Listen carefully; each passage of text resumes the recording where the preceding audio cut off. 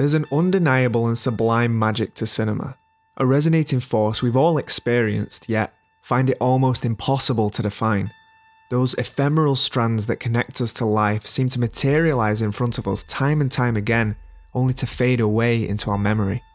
To describe what the unequivocal essence of cinema is may render us silent, unknowing as to what part of ourselves we saw reflected in its images. For if the heart of cinema was something material, were it to have a soul, what exactly would that encompass? Cinema is a language. It can say things, big abstract things. Some people are poets and have a beautiful way of saying things with words, but cinema is its own language. And so you can express a feeling and a thought that can't be conveyed any other way. Film is made to bring the images of your mind's eye into reality. But before any kind of aesthetic is conjured, a cinematic image is an idea born from every nuanced experience of a filmmaker that, whether consciously or unconsciously, means something. And if we were to break apart the barrier between cinema's diegetic space and our reality, what we're ultimately left with is a conversation. We talk with someone who aims to offer us their unique vision of the world and perhaps what it could be. You see, this is my life. It always will be. There's nothing else. Just us. And the cameras. And those wonderful people out there in the dark. This is the essence of cinema, a collective of ideas passed through people and time. It's offered to us as a communal experience more so than any other art form because there's a universality to it. The unifying force of film is the soul of cinema. In almost all cases, art can be seen as an act of storytelling, and although all art in itself may be categorised as such, each form is distinctive in this regard. But cinema as an art form seems to be the most encompassing by its intrinsic nature for transcendent storytelling. All artistic mediums seem to function best when the limitations of the form are what highlight the piece.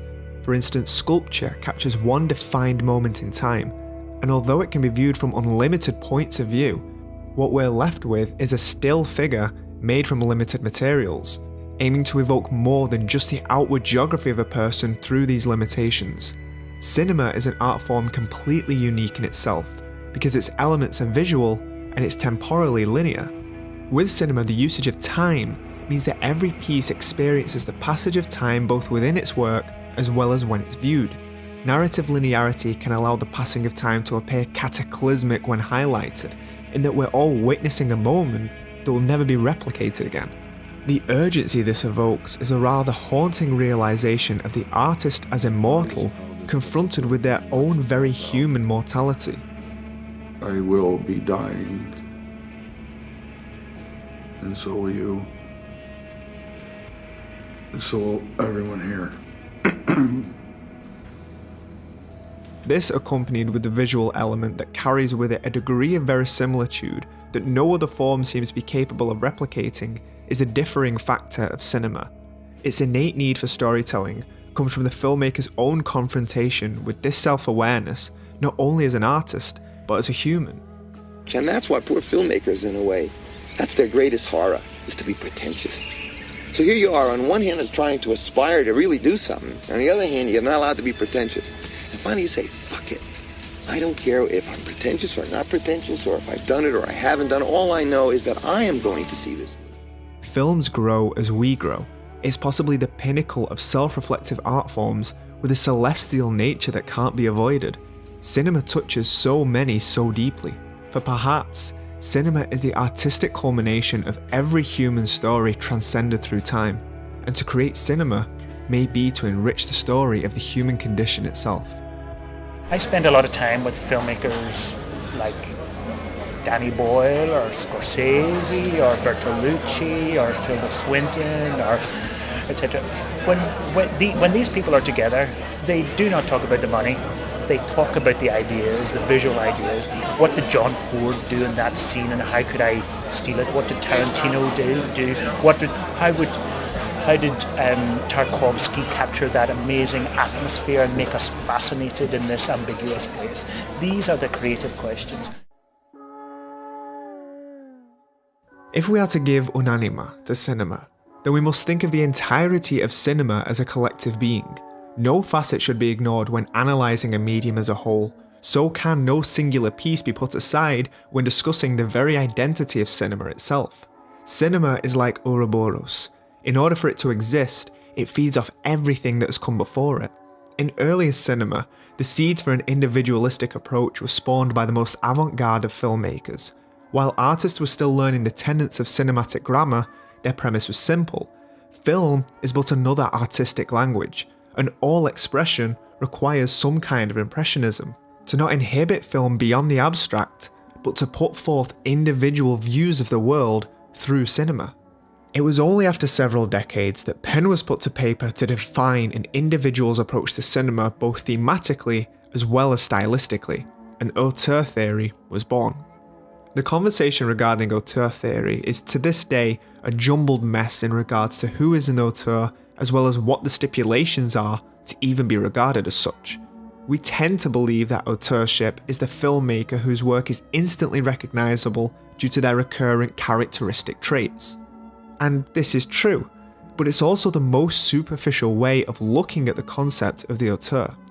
Yes, Wes Anderson accentuates ornamentation, the same way that Nicholas Winding Refn utilises neon and extremities in light to paint his films. But to only confine auteurship to the purely visual negates the absolute essence of filmmaking. The greatest auteurs are those that are not only able to create the greatest images, but are able to have them translate the most forward-thinking and transgressive ideas through the form itself. Some may see the soul of cinema to be found through a psychoanalysis of its creators. The essence of film stems from ideas, and those ideas stem from people.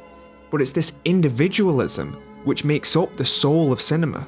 Every close-up, every camera roll, every moment of silence. This can't simply be viewed as the visual language of film, for it's a kind of language that must be read between its lines to discover the purpose of this kind of imagery only cinema graces us with. For if every image is an idea, then every sequence of images is the articulation of far more complex ideas. And for each artist to express themselves fully, they must find the best techniques for them to say everything that they want to from behind a camera. Interior meaning is extrapolated from the tension between a director's personality and the material. Cahiers du Cinéma praised directors who made films that articulated their distinctive voice, how they could create new techniques to say the things that they were dying to express. And eventually, when modernism arrived in cinema, it took the temperament from its other artistic counterparts, soon beginning to realise that that lens could be turned onto cinema itself as the main subject. Not that cinema hadn't been self-referential in the past, like with Dziga Vertov's Man with a Movie Camera, but there emerged a point in the 1950s that the very act of filmmaking could be an act of auteurism to better explore the individuality of the auteur themselves. Hitchcock literally put himself into his films, participating in a movement of what can only be called collective individualism in filmmaking. Good evening, ladies and gentlemen. Cinema realised that in some ways its major limitation was to be part of the collective story of cinema, existing because of what came before it and fueling what will follow. This nature is unavoidable, and for some, it can be viewed in a sense of being trapped, but for others, it's a way to play with audience expectations of the form, for it seems cinema has an innate need to discuss itself. This is best understood from the mind of a filmmaker rather than a viewer. Almost. That was beautiful. Both of you. That was just, can't think about that, right? That moment's gone, and, we'll get another one, right? Imagine knowing that you have the ability and capacity to express everything you have inside you in abstract means, only to realise the limitations that you have on your work. I believe that even to mock cinema is to celebrate it. You poke fun at that you love and are able to acknowledge its detriments. Sometimes the very nature of cinema has to be addressed by those who are constantly searching for reason within its medium. Mais il n'y a pas d'art sans transformation. C'est pour ça que j'appelle le cinéma actuel la reproduction d'un art qui n'est pas un art, c'est parce que c'est la reproduction du théâtre, de l'art dramatique. Mais si l'on veut un art vraiment cinématographique, autonome, il faut qu'il y ait transformation. C'est-à-dire qu'une image en elle-même, qu'un son en lui-même n'est rien. Il ne vaut que par rapport à ce qui le transformera. Which brings me to what I believe to be the greatest example of self-exploration in relation to cinema. In 8½, Fellini used his auteurism to explore his past, present, and express his fantasies, all coincidentally from the perspective of a filmmaker struggling to figure out where he should go with his next film. The thing about 8½ is that no one knows what they've seen after only one viewing. Because what happens when one of the world's most respected directors runs out of ideas, so far that he actually makes a film about himself not being able to make a film? He makes 8½. I think 8½ perfectly encapsulates what the soul of cinema is all about. It opens in a dreamlike state, with the director floating high in the clouds, attached by a rope to one of his characters, pulling him back to reality. In fact, it's Fellini's actual foot we see in this image. The film is all about Fellini wanting to better understand himself through his work, but at the same time, he still has to make that piece of work.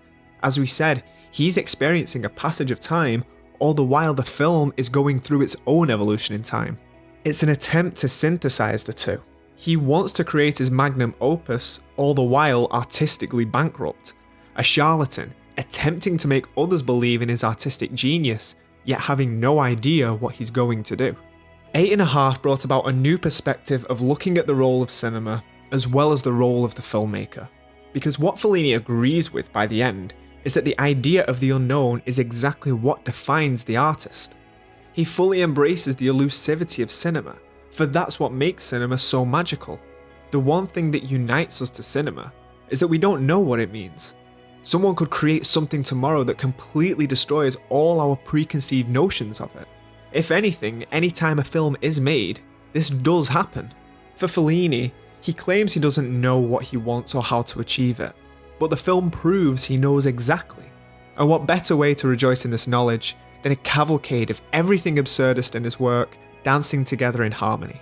The ending marks a celebration of self-acceptance, for no matter where we are in the hierarchy of society, we can all use the medium of film to all be in the same boat together, not knowing where we'll go, but knowing that it's going to take us somewhere. Fellini's decadent filmmaking style and self-obsessed storytelling is more desirable than any homogenized Hollywood product. We want cinema to offer us something different, something that can only come from within. Where are we now with cinema? Have we even scratched its surface? Well, no. There's no surface to scratch. Cinema is an abstraction of our lives, both one mimicking the other. It's something that grows side by side with us. We admire cinema because it gives us the ability to dream, allows us for a fleeting moment to see the complete expanse of human potential. For cinema only exists because of human potential. It's every dream we've ever had, every person's story that only they felt, projected and echoed through the masses. The soul of film is shared in each and every one of us. What we have in common with cinema is that we have no idea what tomorrow will bring. We're both ever uncertain of our place in the world. But if we explore it, maybe somebody else will get an idea, then another and another. And as long as we keep this game going and realize the force that is cinematic expression, we see its mantle of responsibility as a catalyst for human evolution. For to watch a film is to watch the ideas and dreams of every person that has ever lived, talking to every person that has yet to be born. And if the soul of cinema could be anything, it couldn't have chosen anything greater. Thank you all for watching.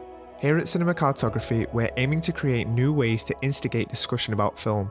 But if you're struggling with what to watch next, that's where Mubi comes in. Mubi is an online streaming platform that showcases films from around the world. But what makes Mubi unique is that every day one film is added and one is taken away. Right now on Mubi, you can watch Fugue, directed by Agnieszka Smizinska, but there are always 30 perfectly curated films to watch on the platform. Mubi is a streamlined streaming service for all film lovers. And for your extended free trial, go to mubi.com/cinemacartography.